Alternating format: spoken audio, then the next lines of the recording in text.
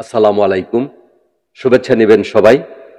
সবাইকে আমন্ত্রণ জানাচ্ছি আমার গল্প পাঠে।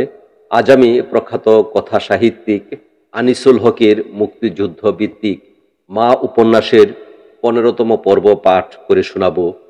ইতিমধ্যে আমি ১৪টি পর্বে ১১৫ পৃষ্ঠা পর্যন্ত পাঠ করেছি, যার প্রতিটি পর্বের লিঙ্ক ডেসক্রিপশন বক্সে দেওয়া আছে। আপনারা ইচ্ছে করলে বাকি পর্বগুলি শুনে নিতে পারেন।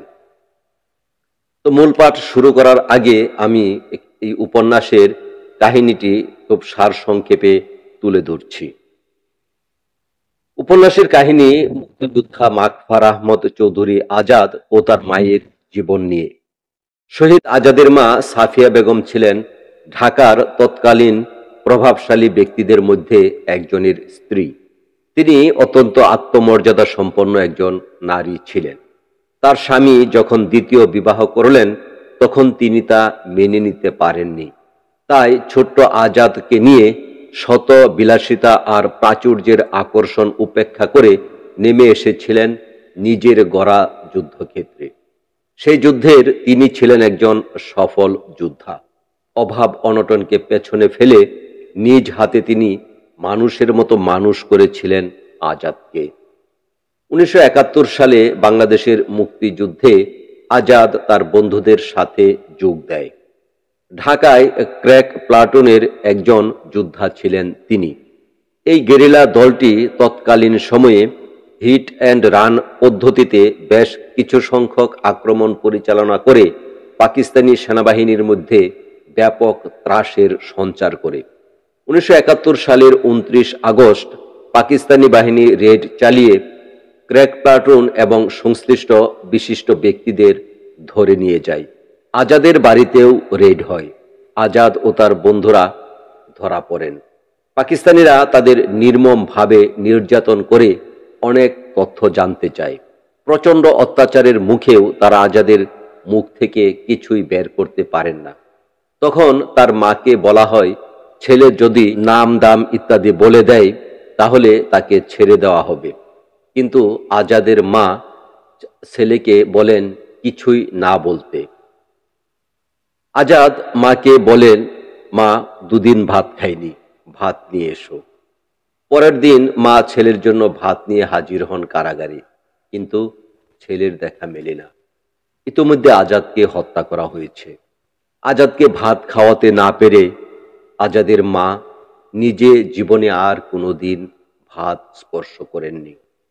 যুদ্ধের ১৪ বছর পরে মা মারা যান নিঃস্ব অসহায় অবস্থায়। মুক্তিযোদ্ধারা তাকে কবরে শায়িত করলে আকাশ থেকে ঝির ঝির বৃষ্টি ঝরতে থাকে। তো বন্ধুরা, শুরু করছি মূল পাঠ। আশা করি পুরোটা সময় আপনারা আমার সাথে থাকবেন। ১৯৭১ সালের ২৫শে মার্চ এই ঢাকা শহরে পাকিস্তানি জান্তা তার সামরিক বাহিনীকে ট্যাঙ্ক, কামান, মর্টার সহ নিরস্ত্র বাঙালিদের উপর লেলিয়ে দিয়ে যে গণহত্যা আর ধ্বংসযজ্ঞ চালিয়েছিল তার তুলনা পৃথিবীর ইতিহাসে আর একটাও পাওয়া যাবে কিনা সন্দেহ আছে। শুধু ২৫শে মার্চ রাতের ধ্বংসযজ্ঞ, নৃশংসতা, চারদিকে আগুনের লেলিহান শিখা, কামান দাগিয়ে উড়িয়ে দেওয়া ছাত্রাবাস, ছাত্রাবাস থেকে বের করে এনে কাতার বন্দি করে দাঁড় করিয়ে ছাত্রদের ব্রাশ ফায়ার করে মেরে ফেলা, যেন তারা পিঁপড়ার সারি আর তুমি অ্যারোসল স্প্রে করে মারলে শত শত পিঁপড়াকে, গণকবর খুঁড়ে মাটি চাপা দেওয়া সেই সব লাশ, এখনো মারা না যাওয়া কোনো গুলিবিদ্ধ ছাত্রের মাটি চাপা পড়ে তলিয়ে যাওয়ার আগে মা বলে কেঁদে ওঠা, শিক্ষক আবাসে ঢুকে নাম ধরে ডেকে ডেকে হত্যা করা শিক্ষকদের তার শিশু সন্তানদের সামনে, তার স্ত্রীর সামনে, কামানের তুপ দাগিয়ে উড়িয়ে দেওয়া, পুড়িয়ে বশীভূত করা সংবাদপত্র অফিস আর খুন করে ফেলা সাংবাদিকদের, আর আগুন লাগিয়ে জ্বালিয়ে দেওয়া জনবসতি, ভেতরে পুড়ে যাচ্ছে মা আর তার স্তনবৃন্তে মুখ দিয়ে ঘুমিয়ে পড়া শিশু, ভেতরে পুড়ে যাচ্ছে বৃদ্ধ, তার মুখ থেকে এখনো শেষ হয়নি বিপদ তাড়ানিয়া আজানের আল্লাহু আকবার ধ্বনি।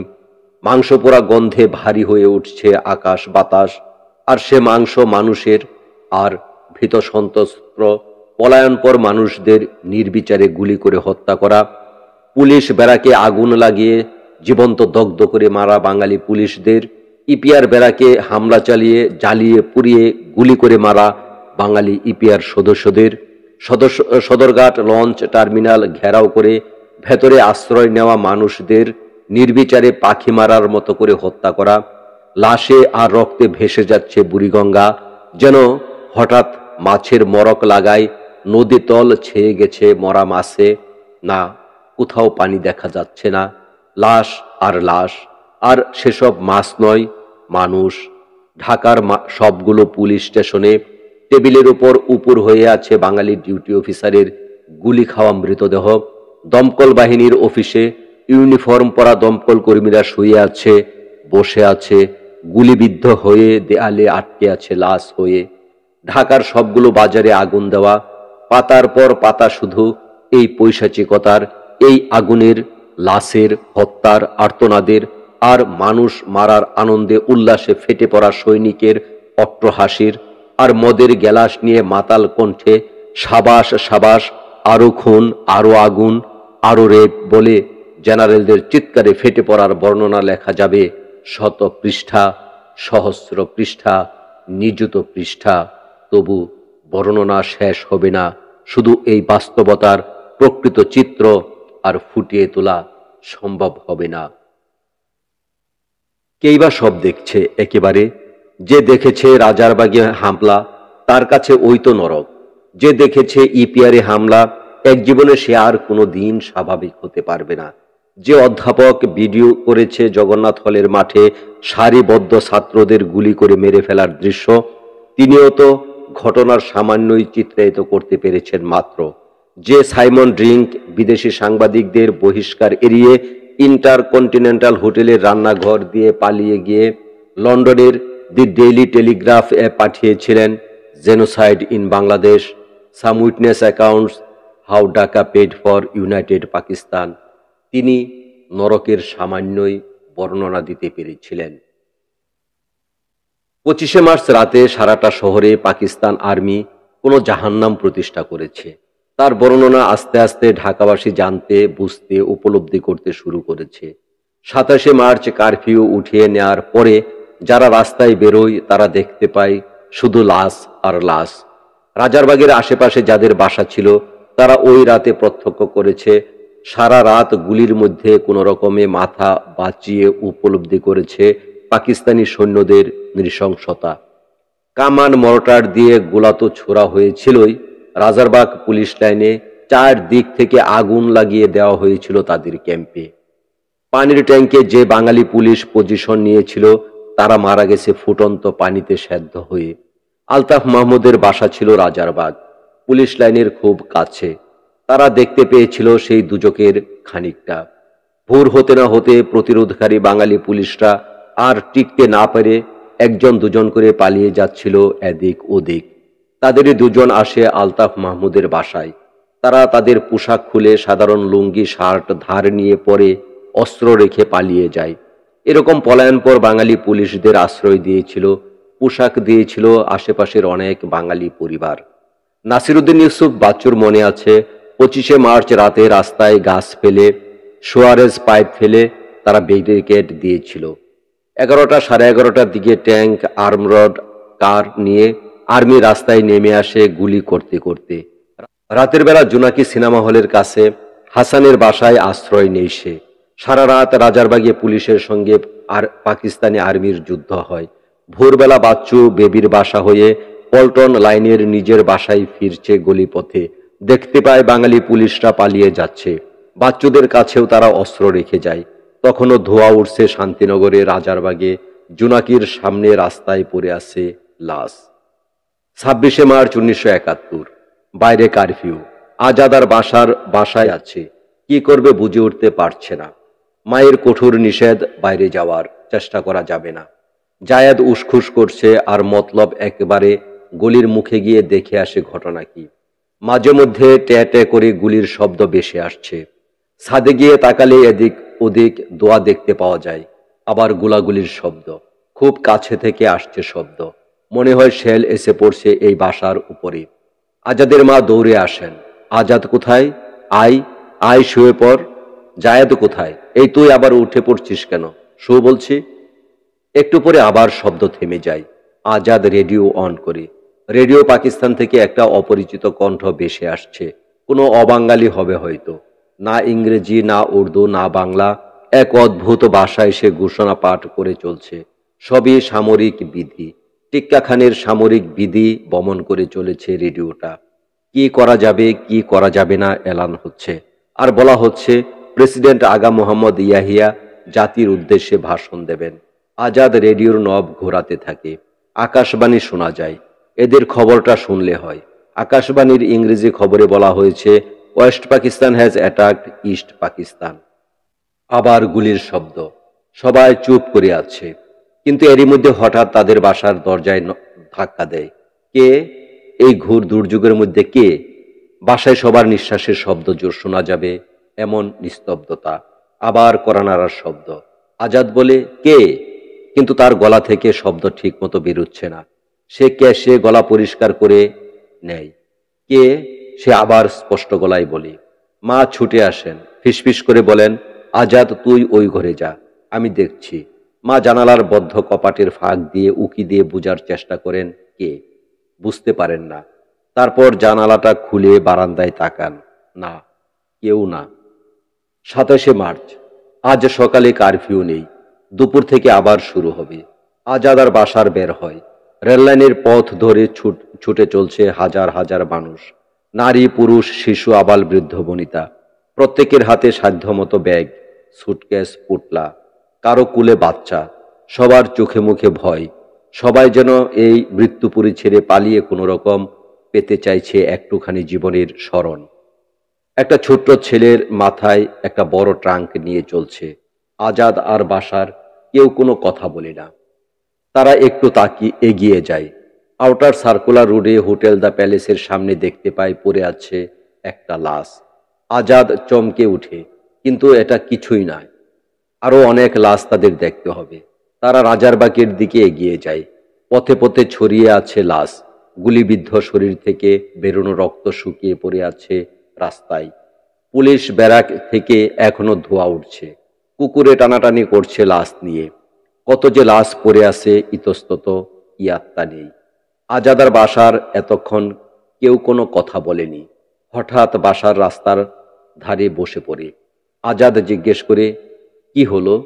বাসার একবার ওয়াক করে ওঠে। খারাপ লাগছে? হুম। আজাদ দেখতে পায় বাসারের পুরোটা কপাল ঘামছে। বোধহয় তার পেটের ভেতরটা গুলিয়ে উঠছে। বমি করবে নাকি সে? কিন্তু সকালে তারা নাস্তা করে বের হয়নি। দুজনেরই পেট খালি। বমি হবে না, শুধু পিত্ত উগরে উঠবে, কষ্ট হবে। আজাদ একটা কাগজ কুড়িয়ে এনে বাসারের মাথায় বাতাস করে। সঙ্গীর বিম্বিসা দেখে তারও বমি পাচ্ছে। বাসারের চোখে মুখে একটুখানি পানি ছিটালে হয়তো ভালো লাগতো। ও যে দূরে রাস্তার ধারে একটা পানির কল দেখা যাচ্ছে। আজাদ বলে, দাঁড়াও, তোমার জন্য একটু পানি নিয়ে আসি, চোখে মুখে দেবে। পানির কলের কাছে সে যায় বটে, কিন্তু পানি সে নেবে কি করে? অজলা ভরে পানি নিলেও বাসারের কাছে পর্যন্ত নিয়ে যাওয়া যাবে না। সে পকেট থেকে রুমাল বের করে ভিজিয়ে নেয় রুমালটা। তারপর বাসারের কাছে এসে ভেজা রুমাল দিয়ে বাসারের চোখ, মুখ, কান, ঘাড় মুছে দেয়। বাসারের খানিকটা আরাম লাগে। সে বলে, এখন ঠিক আছি, চলো বাসায় ফিরে যাই। তার বাসায় ফিরে আসে। মা চিল্লাচিল্লি শুরু করে দিয়েছে। এই তোরা কোথায় গিয়েছিলে? বলে যাবি না? নাস্তা না করে কেউ বাইরে যায়? দুপুরের আগে হঠাৎ তাদের বারান্দায় বুটের শব্দ, দরজায় নখ। জায়েদ এগিয়ে গিয়েছে। জানালা দিয়ে তাকিয়ে দেখে সর্বনাশ। দুইজন সৈন্য, মিলিটারি সদস্য, তাদের হাতে আগ্নেয়াস্ত্র। সে প্রমাদ গুণে। জায়েদ দৌড়ে ভেতরে আসে।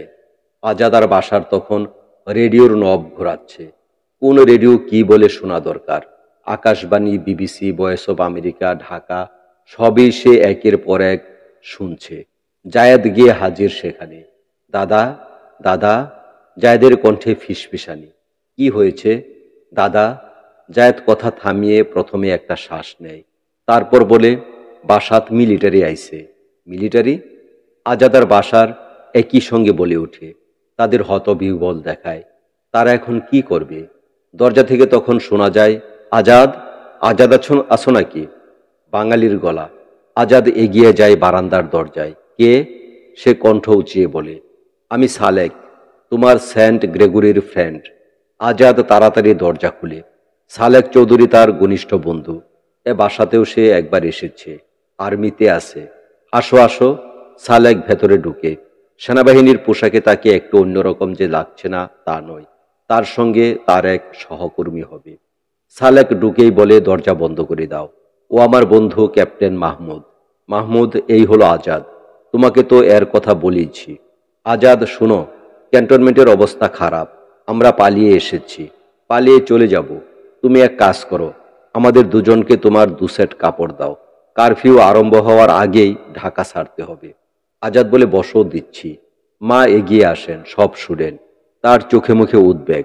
তিনি বলেন, বাবারা, তোমরা কিছু খেয়েছ? সালেক বলে, খালাম্মা, খেতে হবে না, আগে ঢাকার বাইরে যেয়ে নি। মা বলেন, বাবা, আমি ভাত তুলে দিয়েছি, ভাত খেয়ে তারপর যেও। সালেক বলে, সময় হবে না খালাম্মা। জায়েদ তখন পাশের ঘরের দরজার সামনে দিয়ে বারবার হাঁটাচলা করছে। তার বোঝার চেষ্টা করছে কারা এলো। পরে যখন বুঝে এ তো সালেক ভাই, তখন সে ঢুকেই এগোরে। টেবিলের উপর 2টো অস্ত্র রাখা, সেসবের দিকে তার অভিনিবেশ। আজাদ তাদের দুজনকে প্যান্ট, শার্ট আর স্যান্ডেল দেয়। তারা কাপড় পাল্টে নেয়। অস্ত্র দুটো তারা নেয় একটা চটের বস্তায়। তারপর সালেক বলে, আজাদ, উঠি রে। আজাদ বলে, কোন দিকে যাবা? সালেক বলে, জানি না, আল্লাহ ভরসা। মা আসেন। বাবা, আর 5টা মিনিট বসো, ভাত হয়ে এসেছে। সালেক আর মাহমুদ ঘড়ি দেখে, না খালাম্মা, হাতে সময় আছে আর আধ ঘন্টা। এর মধ্যে সদরঘাট দিয়ে নদী পার হয়ে যেতে চাই। তাহলে বাবা, একটু চিরা ভিজিয়ে দিই, গুড় দিয়ে মেখে দিই, খেয়ে যাও। মা দৌড়ে চিরা ভেজাতে যান।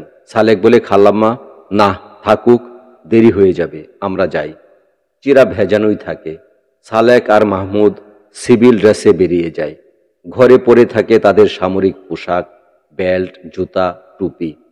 মা সেগুলো একটা বস্তায় ভরে রান্নাঘরের পেছনে কাঠের স্তূপের আড়ালে রেখে আসেন। জায়েদের চোখ পড়ে বেল্ট দুটোর দিকে। এক ফাঁকে সে বেল্ট দুটো সরিয়ে নেবে, মনে মনে পরিকল্পনা আঁটে। তবে এ পরিকল্পনা সে বাস্তবায়িত করতে পারেন না।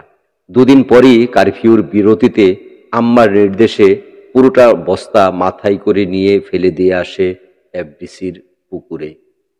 27 মার্চ দুপুরের দিকে কয়েক ঘন্টার জন্য কারফিউ তুলে নেওয়ার অবকাশ।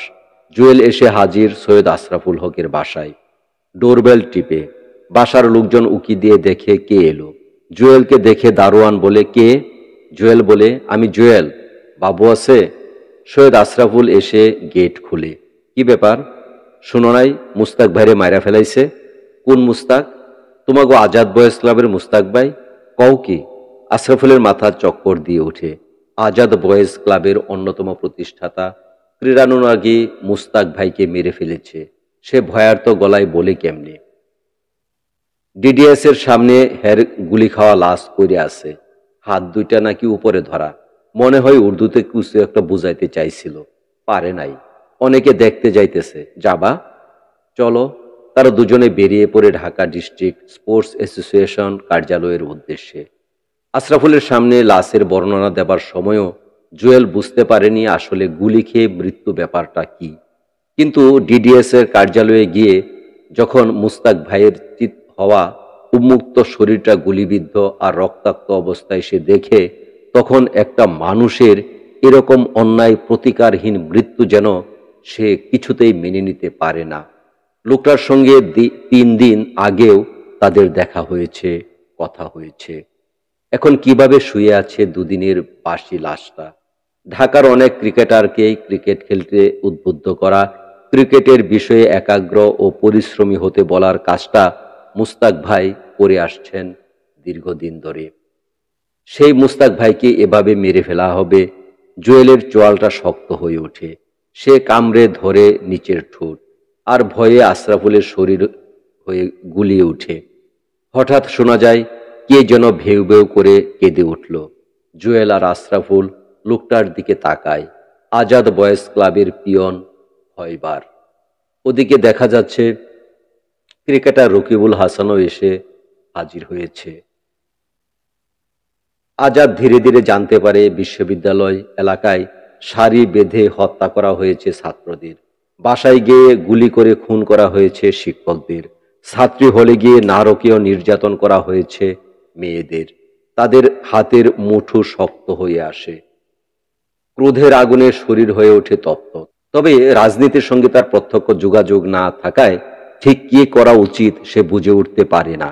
কিন্তু সে সময়ই তার বন্ধুরা, পরবর্তীকালে যারা তার সহযোদ্ধা হবে, তাদের অনেকেই যুদ্ধের ময়দানের সন্ধানে ঘর ছেড়ে বেরিয়ে যায়।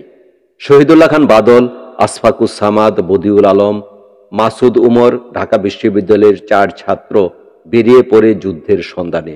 তারা শুনতে পায় গাজীপুর ইস্ট বেঙ্গল রেজিমেন্টের বাঙালি সৈন্যরা লড়াই করছে পাকিস্তানি বাহিনীর সঙ্গে।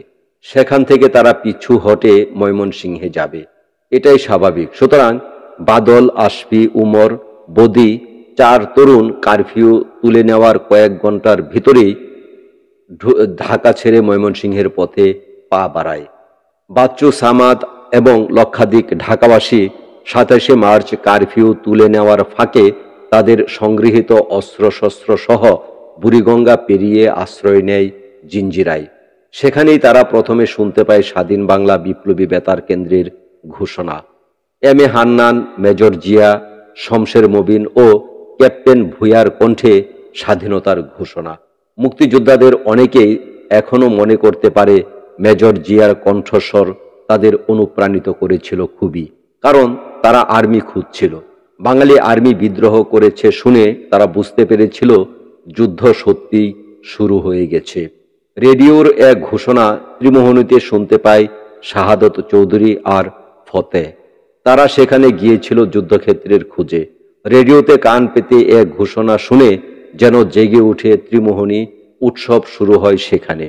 ত্রিমোহনীতে তারা দেখা পায় রাজারবাগে যুদ্ধ করা 4 জন পুলিশের। তাদের সমস্ত অস্তিত্ব তখন প্রতিরোধ আর প্রতিশোধের জন্য উন্মুখ। তারাও খুঁজছে যুদ্ধক্ষেত্র। ইস্ট বেঙ্গল রেজিমেন্টের 2 ট্রাক সৈন্য তারাবো পর্যন্ত এসে পড়লে সে খবর নিয়ে আসে ফতে চৌধুরী। তবে যুদ্ধ 25শে মার্চ রাতেই শুরু হয়ে গিয়েছিল। রাজারবাগে পুলিশের প্রতিরোধে পিলখানায় ইপিআরের নাসুর সাহসিকতায়, নয়াবাজারের নাদির গুন্ডার এলএমজির গুলিতে পাকিস্তানি সৈন্যদের ঝাঁঝরা হয়ে যাওয়া আর পিছু হটে যাওয়ার মধ্য দিয়ে সারা দেশে বাঙালি সৈন্যদের বিদ্রোহ, আত্মত্যাগ আর প্রতিরোধে। গাজীপুরে 2য় বেঙ্গল, চট্টগ্রামে 8ম বেঙ্গল, ব্রাহ্মণবাড়িয়ার 4র্থ বেঙ্গল বিদ্রোহ করে লড়তে থাকে বীরের মতো। পাবনার ডিসি, মেহেরপুর, কুষ্টিয়ার এডিসিও, এসপি, এমনকি অনেক জায়গায় বেসামরিক প্রশাসন আর জনগণ মিলেমিশে নিজ নিজ এলাকাকে দখল করে রেখে গড়ে তোলে প্রতিরোধ। রংপুর, দিনাজপুরের মাটিও দখল করে রাখে সাধারণ মানুষ, বাঙালি সাঁওতাল, ওরাও আদিবাসী মিলেমিশে। 25শে মার্চ রাতে শুধু ঢাকাই নয়, সারা দেশে পাকিস্তানি মিলিটারি ব্যাপক গণহত্যা চালিয়ে তুপের মুখে চিরকালের জন্য স্তব্ধ করে দিতে চেয়েছিল বাঙালির মুক্তির আকাঙ্ক্ষাকে। শুধু 25শে মার্চ রাতে নয়, 2রা এপ্রিল জিঞ্জিরায় যে গণহত্যা সংগঠিত হয়েছিল তাকে এখনো বাচ্চু, আসাদ বা যে কোনো প্রত্যক্ষদর্শীর দুজক দেখার দুঃসহ স্মৃতি ছাড়া আর কিছুই মনে হয় না। প্রাণ বয়ে ভীত আশ্রয় সন্ধানী প্রায় লাখখানেক ঢাকাবাসী আশ্রয় নিয়েছে বুড়িগঙ্গার ওপারে। তাদের কারো কারো কাছে দেশি অস্ত্র, 1-2 বন্দুক, পুলিশ কিংবা ইপিআরের ফেলে যাওয়া 303। ভোরবেলা হঠাৎ পাকিস্তানি আর্মি লঞ্চ আর স্টিমার যুগে চলে আসে নদীর এপারে। অতর্কিত বাচ্চুরা টের পেয়ে পেছাতে পেছাতে সৈয়দপুরে সরে আসে, আর পেছনে তাকিয়ে দেখতে পায় আকাশে হেলিকপ্টার, জেট উঠছে। হাজার হাজার মানুষ পালাচ্ছে দিক বিদিক, আর আর্মিরা কি একটা পাউডার নাকি পাইপ দিয়ে ফুয়েল চেকুন লাগিয়ে পুড়ে যাচ্ছে আর ছুটে যাচ্ছে। ছুটন্ত মানুষ উঠছে, পুরন্ত মানুষ ছুটছে। ছুটন্ত মানুষ ফুটন্ত, জ্বলন্ত, হাজার হাজার ছুটন্ত, অগ্নিদগ্ধ আর চিৎকার, পুরোটা জনপদ উঠছে। আর গুলি রিকুয়েলসের রাইফেল থেকে আর হেলিকপ্টার, জেট থেকে ছুটন্ত মানুষ পড়ে যাচ্ছে, ধরাশায়ী হচ্ছে, হাজার হাজার মানুষ পড়ে গেল, মরে গেল, মরে গেল তো বেঁচে গেল, অন্তত 10,000 মানুষ সেদিন মারা পড়েছে জিঞ্জিরায়। এই বিবরণ আজাদ জানতে পারবে, আর তার মনে হবে ট্রুম্যানের কথা। হেরিয়াস ট্রুম্যানের আত্মজীবনীর একটা বই তাকে পড়তে হয়েছে MA ক্লাসের জন্য, আন্তর্জাতিক সম্পর্ক ক্লাসে। ইয়ার অব ডিসিশন, হিরোশিমায় যখন অ্যাটম বোমা ফেলা হয়, আমেরিকার প্রেসিডেন্ট ট্রুম্যান তখন বাইরে লাঞ্চ করেছিলেন। বোমা ফেলার পরে তাকে জানানো হয় নিউক্লিয়ার টেস্টের সবচেয়ে এবার ধ্বংস হয়েছে অনেক বেশি।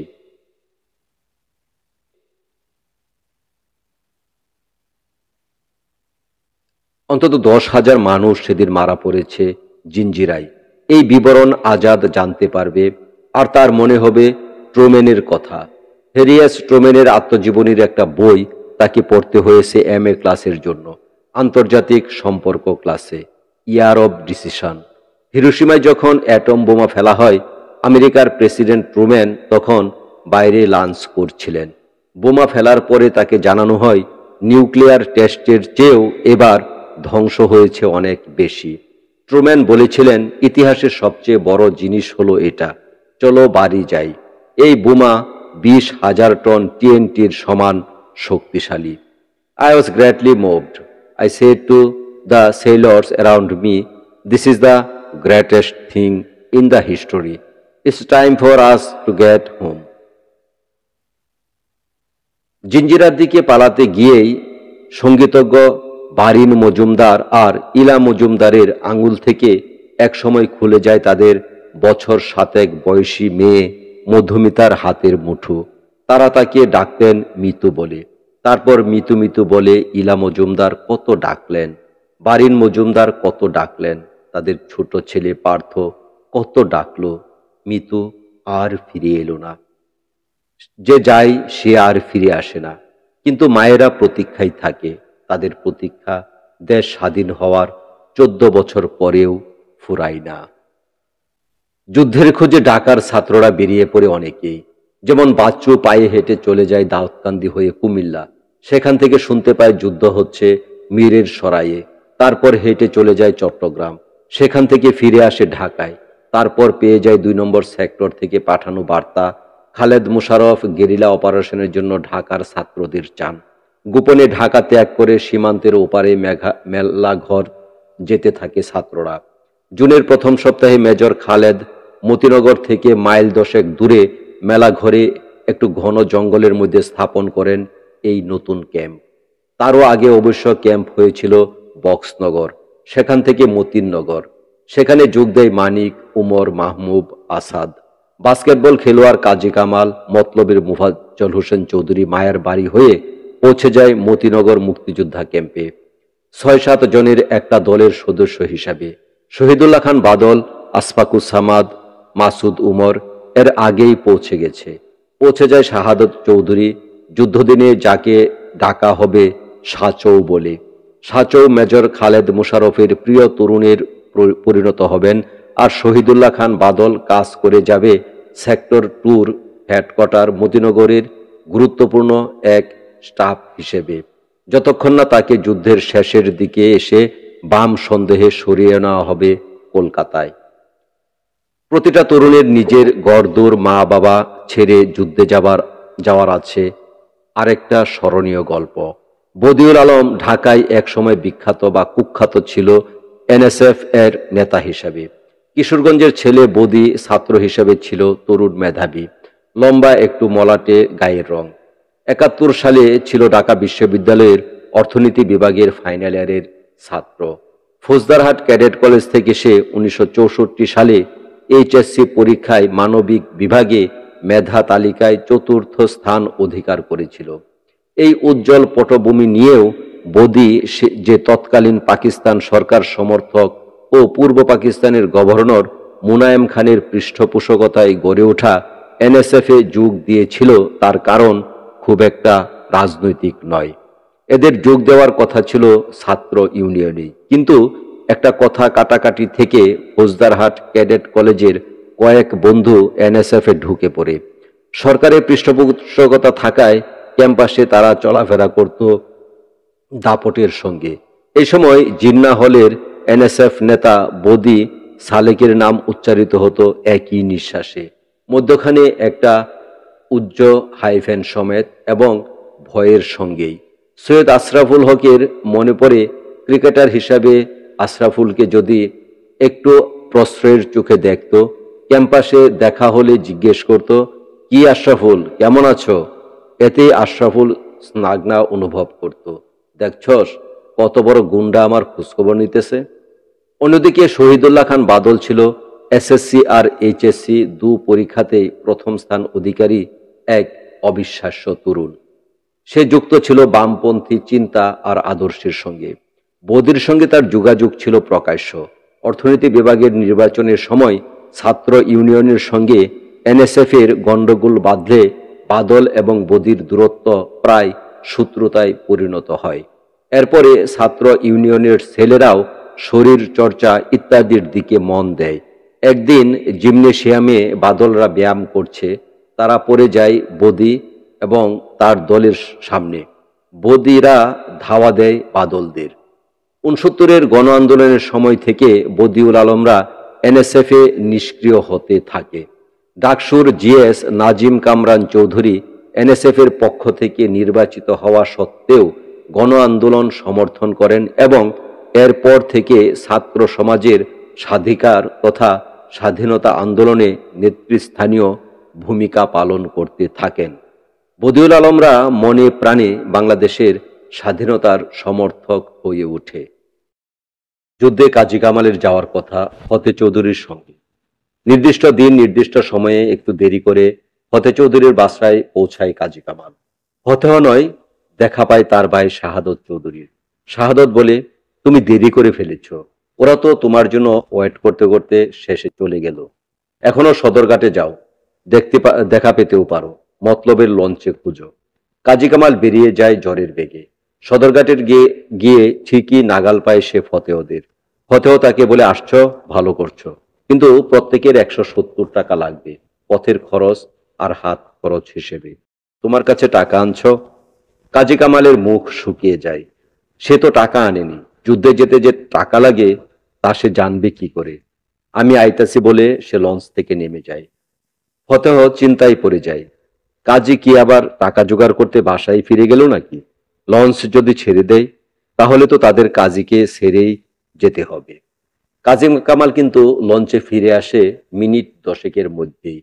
তার হাতে তখন টাকা। সে টাকাটা ফতের হাতে তুলে দেয়। তাকে ফতেহ বিস্মিত, টাকা পেলে কই? কাজী কামাল তার বা হাতের কবজি দেখায়। সে ঘড়ির বেল্ট পরার সাদা দাগটা রয়ে গেল, কিন্তু ঘড়িটা নেই। বুঝলা না, ফুটপাতে নাইমা ঘড়িটা বেচে দিলাম। তার মুখে বিজয়ীর হাসি। রুমি রুমি তার মা জাহানারা ইমামকে বলে, মা আমি যুদ্ধে যাব। জাহানারা ইমাম মুশকিলে পড়েন। তার ছেলের কি বা এমন বয়স, কেবল আইএসসি পাশ করে ইঞ্জিনিয়ারিং ইউনিভার্সিটিতে ভর্তি হয়েছে। আবার আমেরিকার ইলিনয় ইনস্টিটিউট অফ টেকনোলজিতেও সে ভর্তি হয়ে গেছে। 5 মাস পরে ওখানে তার ক্লাস শুরু হবে। কদিন পরই তার আমেরিকার উদ্দেশ্যে ফ্লাই করার কথা।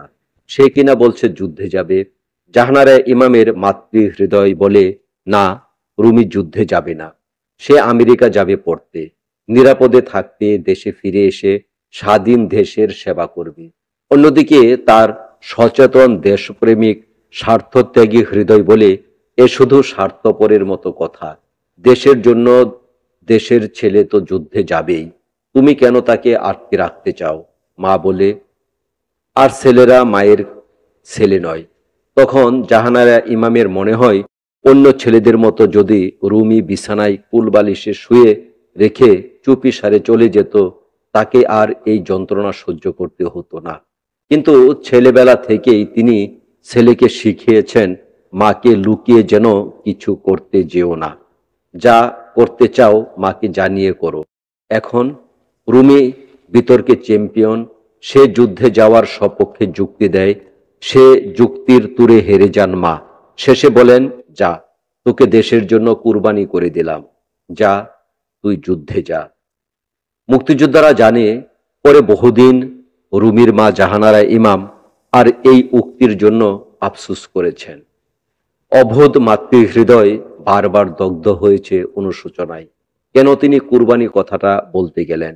আল্লাহ বুঝি তার কুরবানি কথাটাই কবুল করে নিয়েছিলেন। আর হাবিবুল আলমের মনে পড়ে যায় যে পাশ বালিশ বিছানায় শুয়ে এক ভোরে তিনিও পালিয়েছিলেন মুক্তিযুদ্ধের অজানা প্রান্তর আর অনিশ্চিত জীবনের উদ্দেশ্যে। এপ্রিলের ৭ বা ৮ তারিখ আহমেদ জিয়া আলমদেরই এক বন্ধু আলমদের ইস্কাটনের বাসায় আসে। সে বলে, দোস্ত একটু রাজশাহী হাউসে আসতে পারবি? কেন রে?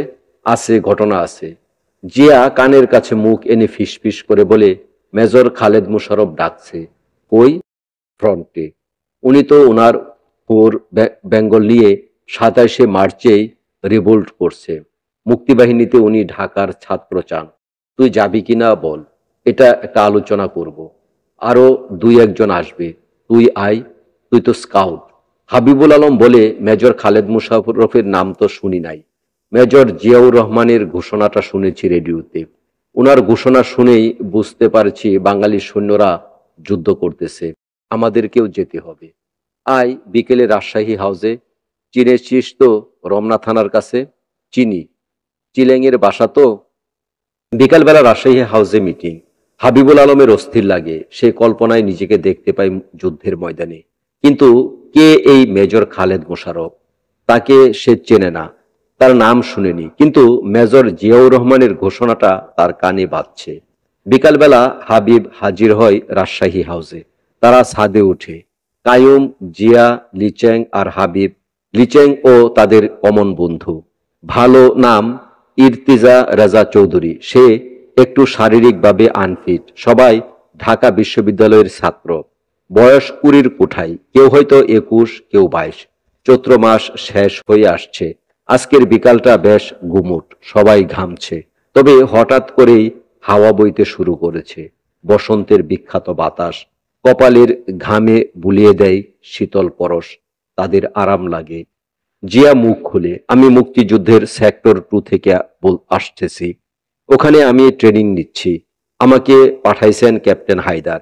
আমার সাথে আসছে আশফাকুস সামাদ। খালেদ 4th বেঙ্গল রেজিমেন্ট নিয়ে রেগুলার আর্মি গঠন করেছেন। তার সাথে যোগ দিয়েছেন বর্ডারের ইস্ট পাকিস্তান রাইফেলস। ঢাকা থাকবে খালেদ মোশাররফের আওতায়।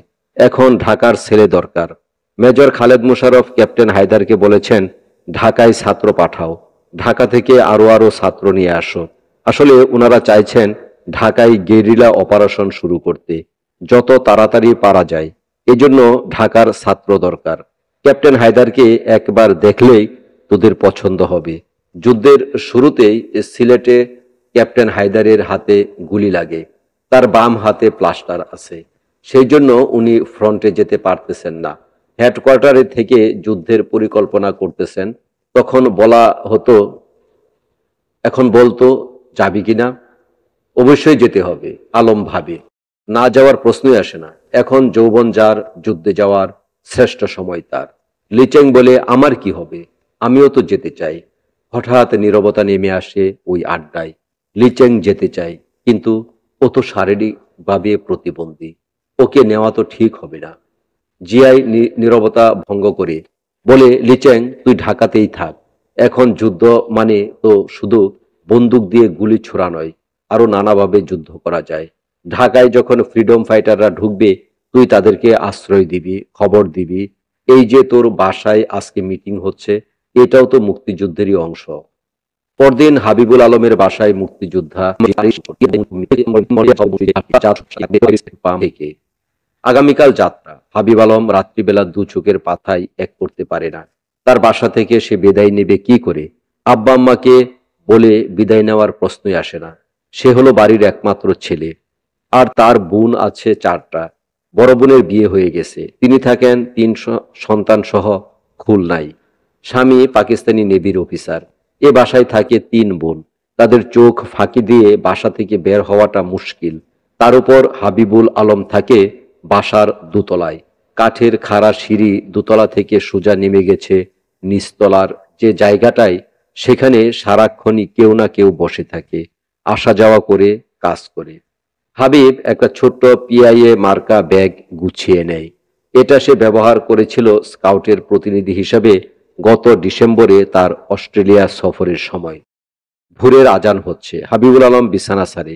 মশারি টানানোই থাকুক, সে পাশ বালিশটাকে শুয়ে দেয় বিছানায়, ঢেকে দেয় একটা চাদর দিয়ে।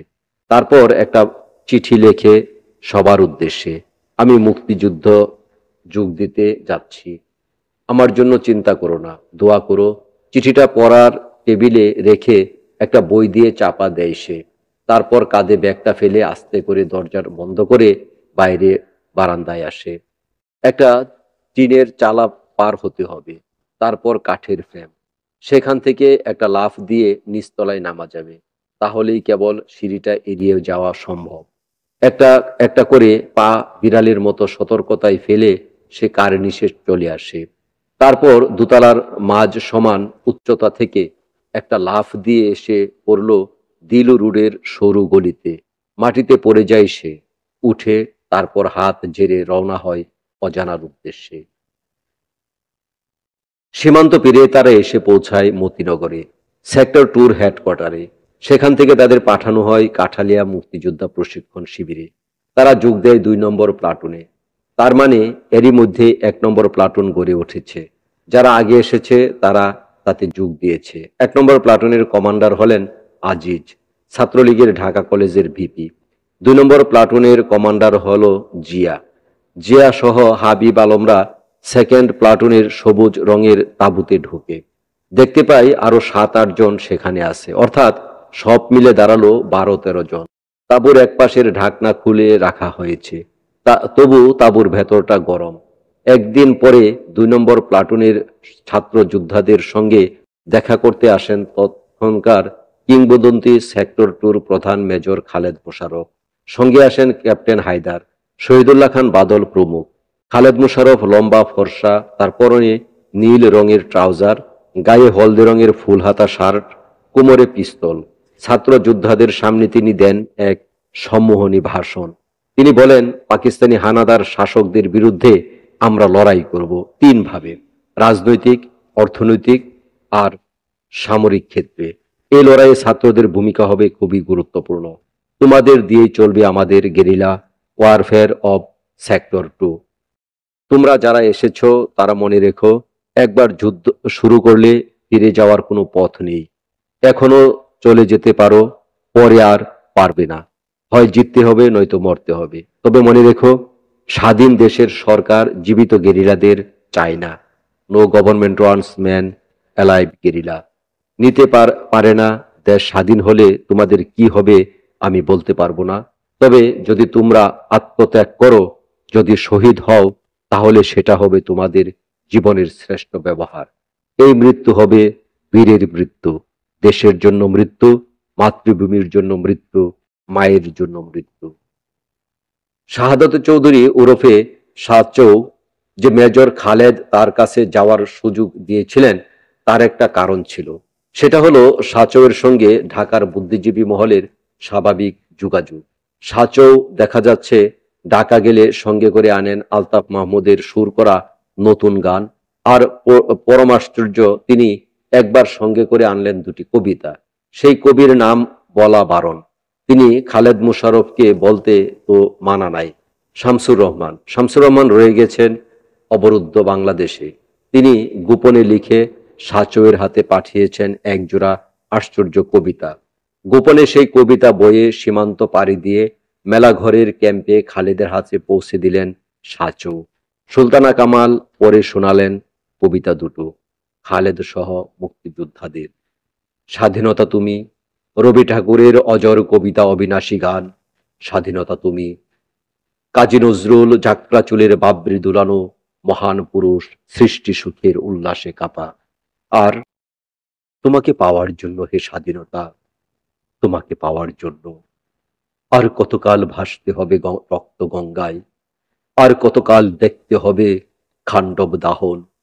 তুমি আসবে বলে হে স্বাধীনতা। সখিনা বিবির কপাল ভাঙল, সিঁথির সিঁদুর মুছে গেল হরিদাসীর। কবিতা দুটো শুনে পুরো ক্যাম্প উদ্বুদ্ধ হয়ে উঠেছিল।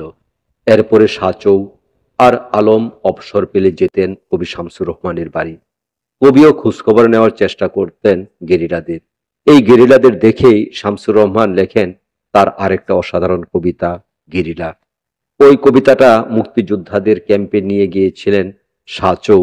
যখন পরে শোনানো হলো, আবেগে চোখ ভিজে এসেছিল অনেকেরই। দেখতে কেমন তুমি, কিরকম পোশাক আশাক পরে করো চলাফেরা, মাথায় আছে কি জটা জল, পেছনে দেখতে পারো জ্যোতিচক্র সন্তের মতন, টুপিতে পালক গুজে অথবা জবরজং ঠোলা, পাজামা কামিজ গায়ে মগডালে একা শীষ দাও, পাখির মতন কিংবা চারখানায় বসো ছায়াচ্ছন্ন। দেখতে কেমন তুমি, অনেকেই প্রশ্ন করে, খুঁজে কুলো যে তোমার আঁতিপাতি, তোমার সন্ধানে ঘুরে ঝানু গুপ্তচর সৈন্য পাড়ায় পাড়ায়, তন্ন তন্ন করে খুঁজে প্রতিঘর, পারলে নীলিমা তীরে বের করত তোমাকে ওরা, দিত ডুব গহন পাতালে। তুমি আর ভবিষ্যৎ যাচ্ছ হাত ধরে পরস্পর, সর্বত্র তোমার পদধ্বনি শুনি, দুঃখ তারানিয়া, তুমি তো আমার ভাই, হে নতুন সন্তান আমার। শাহাদত চৌধুরী আজ যুদ্ধের 14 বছর পরেও স্মরণ করতে পারেন ভাই আর সন্তান বলে সম্বোধন করায় এই শেষ পংক্তিটা তাদের শরীরে কিরকম বিদ্যুৎ ফেলে দিয়েছিল। ট্রেনিং শেষে হাবিবুল আলমের প্রথম ঢাকার আগমন, আর ঢাকায় প্রথম অপারেশন ছিল মেজর নুরুল ইসলাম শিশুর স্ত্রী আর দু কন্যাকে ঢাকা থেকে মতিনগরে নিয়ে যাওয়া। এজন্য নুরুল ইসলাম পুরস্কার হিসেবে হাবিবুল আলমকে দিতে চেয়েছেন একটা চাইনিজ এসএমজি আর কাজী কামালকে একটা চাইনিজ পিস্তল। এর আগে কায়ুমকে সঙ্গে নিয়ে কাজী কামাল ঢাকায় এসে মেজর সাফায়াত জামিলের স্ত্রী ও দুই পুত্রকে উদ্ধার করে নিয়ে যাওয়ার সাফল্য দেখিয়েছে। এবার মেজর নুরুল ইসলামের শিশু পরিবারকে নিয়ে কাজী কামালের ডাক পড়লে হাবিবও তার সঙ্গে যেতে ইচ্ছে প্রকাশ করে, কারণ হাবিব শিশুর বাসাটা আগে থেকেই চিনে। আজ কাজী কামালকে হাবিবুল আলম আগে থেকেই চেনে বাস্কেটবল খেলোয়াড় হিসেবে, তাকে ডাকে কাজী ভাই বলে। হাবিবুল আলম নিজেও ফার্স্ট ডিভিশন লিগে হকি খেলতো। এই পিস্তলটা কাজী জিতে নিতে সক্ষম হয়, হাবিবও জিতে নেয় এসএমজিটা। মেজর নুরুল ইসলামের পরিবারকে তারা সীমান্তের ওপারে ঠিকই জায়গায় পৌঁছে দিতে পারে সাফল্যের সঙ্গে। এই পিস্তলটার কথা ঢাকার মুক্তিযোদ্ধাদের বিশেষভাবে মনে পড়ে যায় এজন্য যে জুয়েলের খুব লোভ ছিল পিস্তলটার উপর। আজাদের বাসা থেকে ধরা পড়ার দিনও জুয়েল তার পাশে ওই পিস্তলটা রেখেছিল। ওখান থেকেই কাজী কামাল পিস্তলটাকে হারায়, আর হারায় আজাদকে, জুয়েলকে আর বাশারকে। ধন্যবাদ এতক্ষণ আমার পাশে থাকার জন্য। খুব শীঘ্রই হয়তো হাজির হব পরবর্তী পর্ব নিয়ে। আশা করি আপনারা উপভোগ করবেন। সালামু আলাইকুম।